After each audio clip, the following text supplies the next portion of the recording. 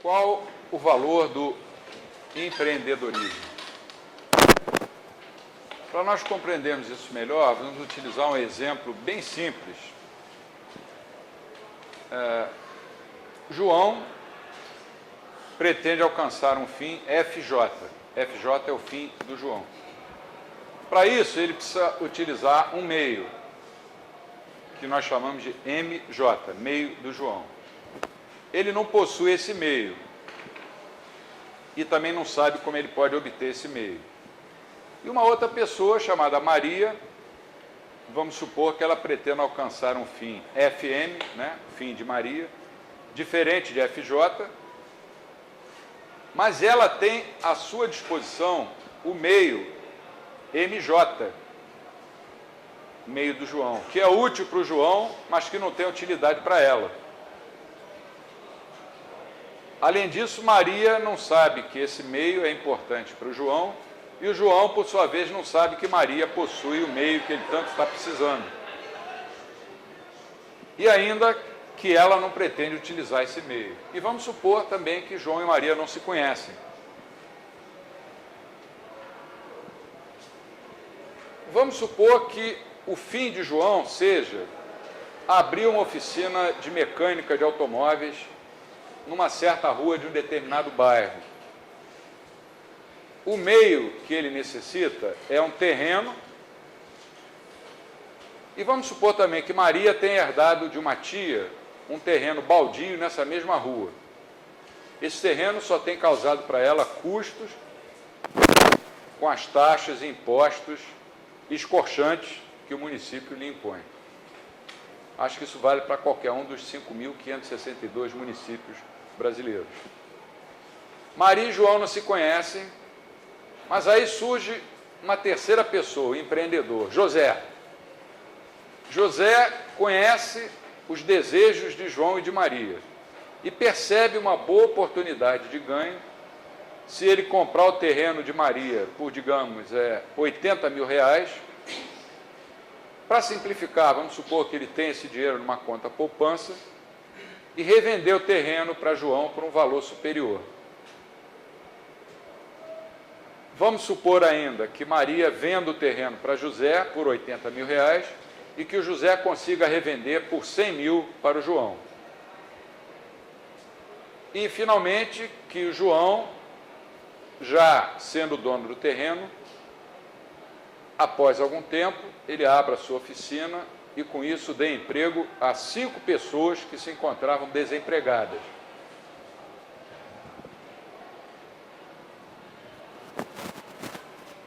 Quantos indivíduos ganharam com a ideia que José conseguiu levar adiante? Primeiro, o próprio José, que lucrou 20 mil reais. Depois, Maria, que além de se ver livre das despesas com o terreno, embolsou em termos brutos 80 mil reais. Em terceiro lugar, João, que pôde finalmente realizar o seu sonho de ser proprietário de uma oficina mecânica e que vai obter lucros com seu funcionamento. E, por fim, os 5 empregados do novo negócio. E, obviamente, as famílias desses empregados, que, vamos admitir, totalizavam, somando as esposas e os 3 filhos de cada um, 20 pessoas. Portanto, o empreendedorismo de José beneficiou, no final das contas, ele mesmo, João, Maria, os 5 mecânicos e mais 20 pessoas, ou seja, 28 pessoas foram beneficiadas por causa de uma ideia. Não só. O cara que foi consertar o carro na oficina, que é mais perto da casa dele que a outra que ele ia antes. Isso, também isso. Se beneficiou. Se não me engano, eu falo nisso em seguida. Não ficou só nisso, não. Mais pessoas se beneficiaram. José, para colocar em prática a sua ideia, nem precisava ter os 80 mil que ele tinha na poupança. Ele podia tomar um empréstimo de maneira que o total de juros que ele teria que pagar fosse inferior ao ganho que ele ia ter com a revenda do terreno para o João. Então, a gente vê que o empreendedor não precisa ser alguém necessariamente rico, mas alguém que tenha criatividade, inventividade, ideias. massa cinzenta, né? Assim, José, o empreendedor inicial, aquele que teve ideia, teve o lucro empresarial bruto de 20 mil. Maria, de imediato, já ganhou 80 mil e vai poder, ao longo do tempo, ganhar mais se ela souber aplicar o seu dinheiro.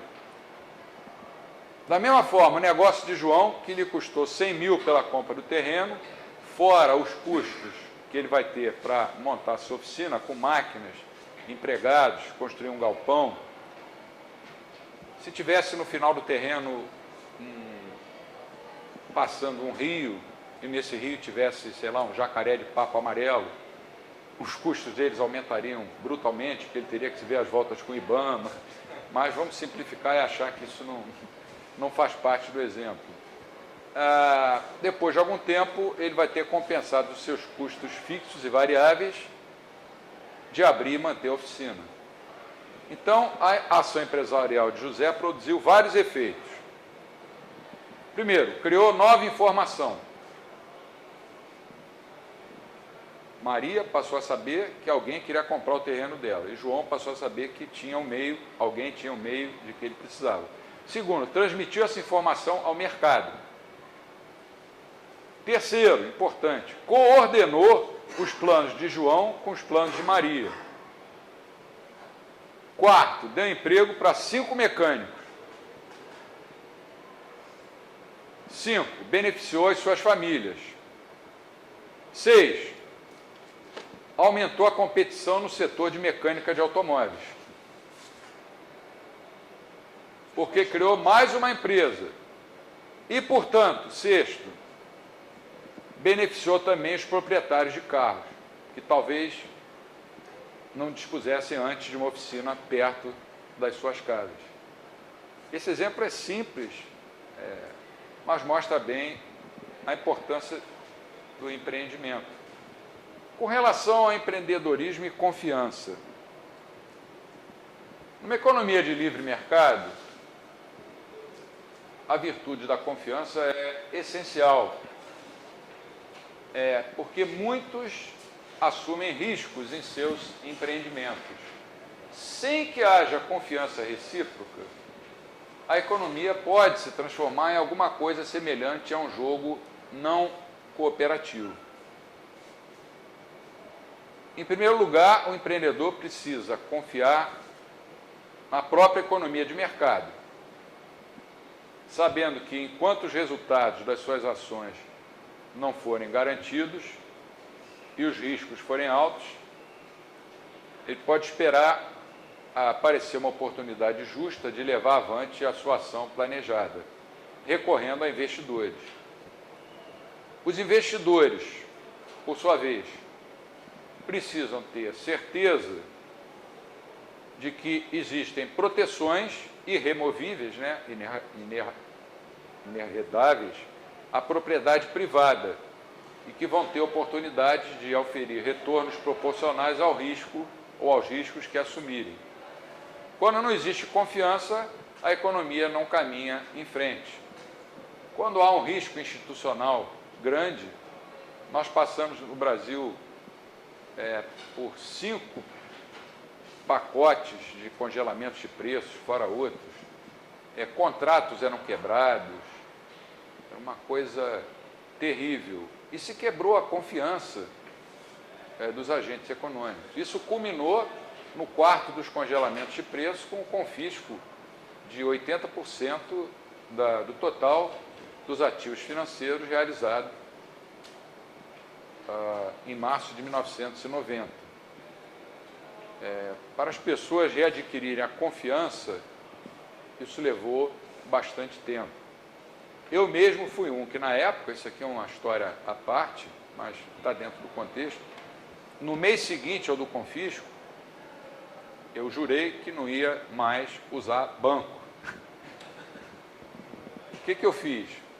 Peguei o dinheiro do meu salário, vi o que eu ia precisar para pagar as despesas lá da minha casa, na época com 3 filhos pequenos. Falei, bom, o que sobrou, o que eu vou fazer? Eu falei, no banco eu não vou deixar. Aí eu, passeando pelo centro do Rio, entrei numa loja de eletrodomésticos, comprei um fogão maravilhoso. Comprei o fogão, paguei à vista para não deixar o dinheiro no banco.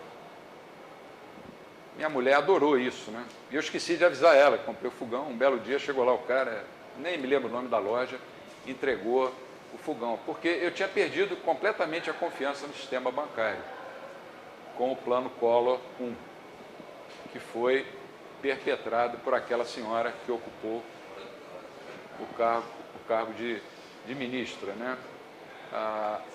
Esse foi só um exemplo. Nós tivemos várias quebras de contratos executadas por meia dúzia de economistas que se reuniam e decidiam o que era melhor na época para 160, 140 milhões de brasileiros. Tínhamos delegados do Sarney, fiscais do Sarney e coisas desse tipo. Lei delegada, isso, nem me lembrava mais dessa expressão.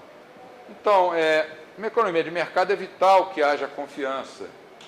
E isso conduz a uma pergunta importante. Podemos confiar nas ações do governo e na contenção do seu poder? Podemos confiar no governo para proteger a propriedade privada? Podemos confiar no governo para manter a moeda estável? Podemos confiar no governo para limitar os impostos e os excessos de regulamentações? Podemos confiar no governo, no Estado, para respeitar contratos, punir o descumprimento de contratos e a corrupção? São perguntas que eu coloco, vocês todos sabem as respostas, porque são pessoas inteligentes e vivem no Brasil. Não se trata do governo do presidente A, B ou C. Eu estou falando assim, de Estado de uma maneira geral.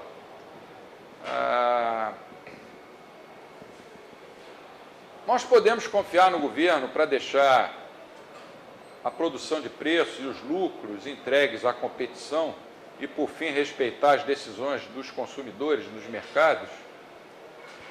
Essas perguntas são fundamentais para alguém que se interessa pela escola austríaca. Não se trata de ser contra ou a favor o governo de fulano ou beltrana. Se trata de ter a convicção de que o Estado, na melhor das hipóteses, é um mal necessário.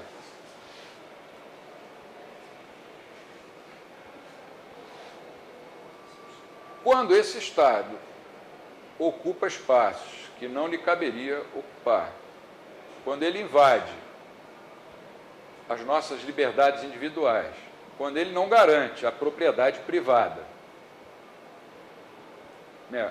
as pessoas invadem, por exemplo, fazendas, invadem prédios públicos, e para você tirar essas pessoas de lá, você precisa de uma liminar, de um juiz, quando o padre Juan de Mariana já dizia lá no século XVI que quando o governo cria um imposto sem o consentimento dos cidadãos, qualquer cidadão tem o direito de assassinar o rei. Não vamos chegar a esse ponto, mas nós temos que nos fazer essas perguntas no Brasil e na América Latina, porque são coisas que estão nos acompanhando no dia a dia. Eu estou tentando ficar só na teoria econômica, para a gente não entrar em discussões de natureza política, mesmo porque eu acho que a nossa grande vitória vai ter que ser no plano das ideias. No plano das ideias. É com as ideias que a gente vai conseguir mudar as coisas. É um trabalho de formiguinha, de longo prazo, mas alguém tem que fazer, que é a proposta do Instituto Mises do Brasil, desde que o Hélio fundou, há 4 anos, né? 4 anos, 3 ou 4 anos atrás, o Mises.